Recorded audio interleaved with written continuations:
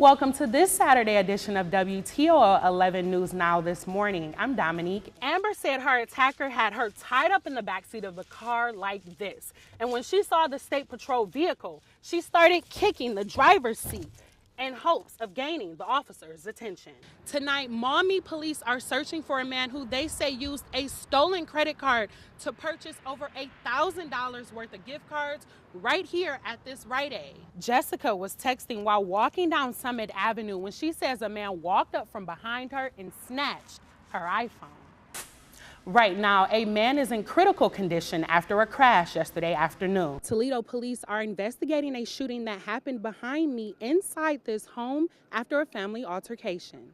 Police say the shooting happened around 10 this morning after an argument between an uncle and nephew inside the home. 50-year-old Michael Taylor was trying to take his 16-year-old nephew to school when the boy's older brother Marcus stepped in. At that point, police say Taylor pulled a knife and Marcus shot him. Neighbors are pretty shaken up over the shooting. We just like to keep the kids inside now because we don't really know what's going on in the street. It's sad, but I mean, I guess that's the way it is now. Like, you can't really trust anyone anymore. Luckily, the uncle is expected to be okay and the nephew has been charged. Reporting in North Toledo, I'm Dominique Hicks.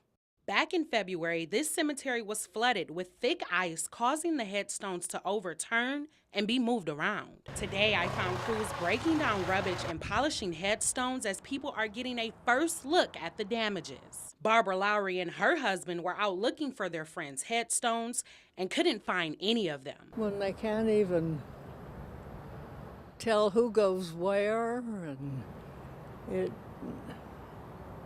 it's not good.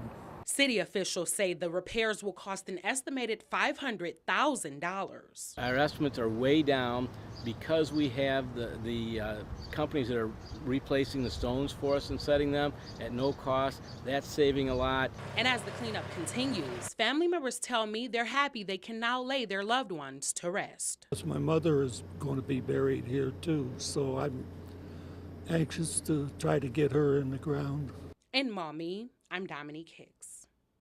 And I was crying for my mommy. And I was crying for my daddy.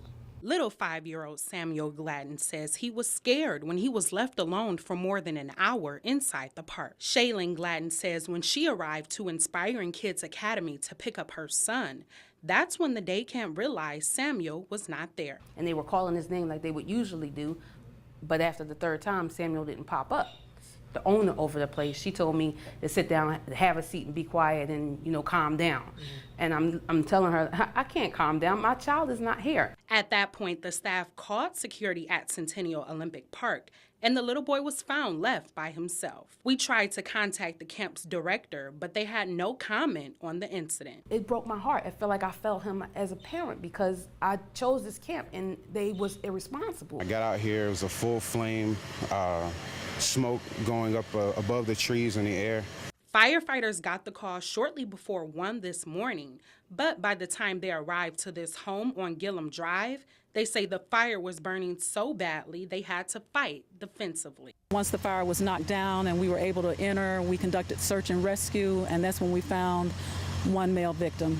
On arrival, the fire department located a 34-year-old black male inside the home. The medical examiner was called and started their investigation.